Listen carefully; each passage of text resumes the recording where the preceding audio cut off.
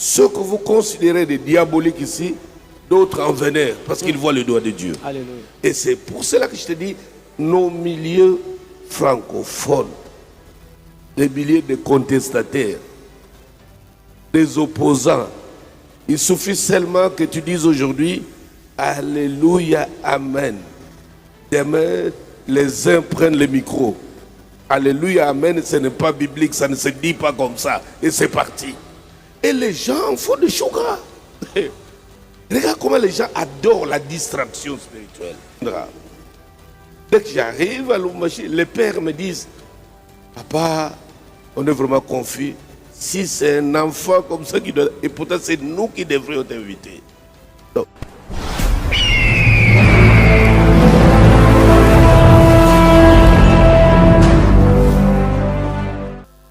ils passent tout leur temps à se tirer dessus, comme si l'église corps de Christ était leur petit monde là. Et on n'a pas une vision trop lointaine, on n'a pas un véritable fardeau de l'église, on n'a pas de challenge, on n'a pas de grands défis qui se présentent pour qu'on le relève. Tout le monde, tout c'est un peu comme dans une sorte de panier à crabe. Celui-ci tape sur l'autre, l'autre aussi tape sur l'autre. Cette distraction a fait perdre, et non, je ne parle pas seulement au coup, c'est uniforme. Presque dans tout l'espace francophone, il y a une attitude, un comportement uniforme. Et si tu te laisses aller dans ce mouvement, tu risques même à rentrer en porte-à-faux avec l'onction, avec le Dieu qui t'a appelé. Parce que tu seras distrait, en train d'attendre. Qu'est-ce qu'on dit là-bas? Qu'est-ce qu'on fait à gauche? Pourquoi tu verras les uns faire un petit groupe qui se croit beaucoup plus spirituel que les autres, l'autre groupe encore qui se croit beaucoup plus saint que les autres. C'est une distraction charnelle, diabolique, incroyable. Alors, nous avons dit que ceux qui sont dans ce jeu de l'ennemi, ceux qui le font, ils ont la grâce de le faire. Mais ils attendront longtemps pour nous voir encore là-bas. Nous avons étudié les terrains depuis des années. On a compris comment les choses fonctionnent. Et si tu crois que tu as un réel fardeau de Dieu, il faut prendre un peu de la hauteur, observer et prendre les virages tels que Dieu veut que tu les fasses. Voilà comment nos amis... Moi, je ne suis pas un avant-centre des francophones, parce que même dans le monde anglophone, ils ne vous diront pas qu'ils ont tel. Bien qu'ils connaissent les grâces exceptionnelles, les onctions exceptionnelles que Dieu a réparties dans les hommes. Mais ils ne vous diront pas que celui qui vient chez vous là-bas, c'est notre numéro 10, où il fait ceci. Mais je peux comprendre nos bien-aimés francophones. Parce que des choses comme ça, ils se disaient que ça n'existe pas. Ils n'ont jamais vécu des phénomènes de voir un père véritablement loin, et dès qu'il se déplace, c'est le mouvement des masses de nations qui se déplace.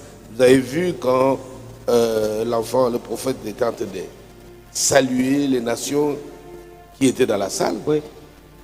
Il a parlé de toutes les nations. Et ça, tout simplement pourquoi? Parce que les uns avaient appris qu'un homme de Dieu du monde francophone, ils ont vu sur les chaînes de télévision, les images. Alors, les uns sont venus par curiosité.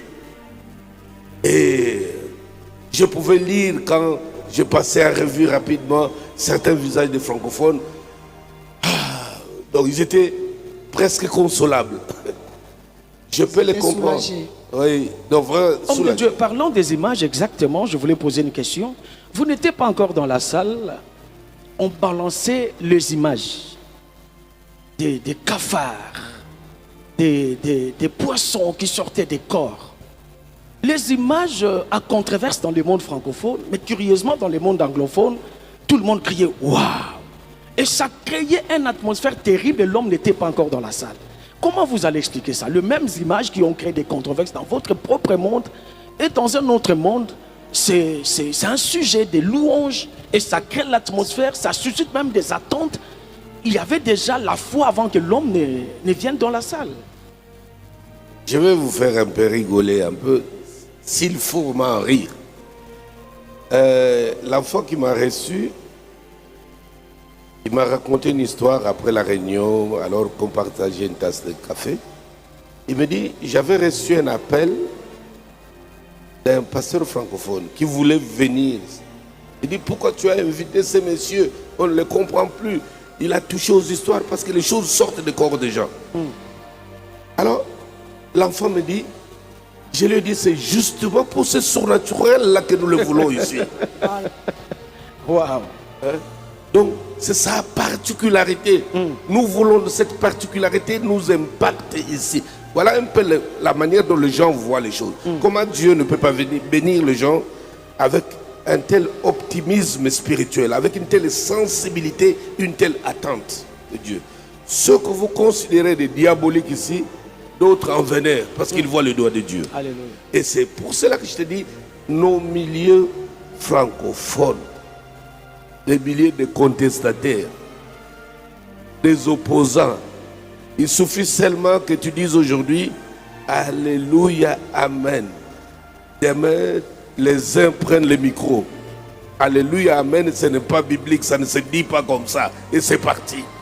Et les gens font des choux gras. Regarde comment les gens adorent la distraction spirituelle. Et que Dieu nous en garde. Charles, L'apôtre Paul Mutombo, moi j'ai constaté une chose. Depuis un certain temps, même au Ghana, vous répondez quand même aux invitations des jeunes serviteurs qui n'ont pas la même taille ministérielle que vous, le même âge ministériel que vous.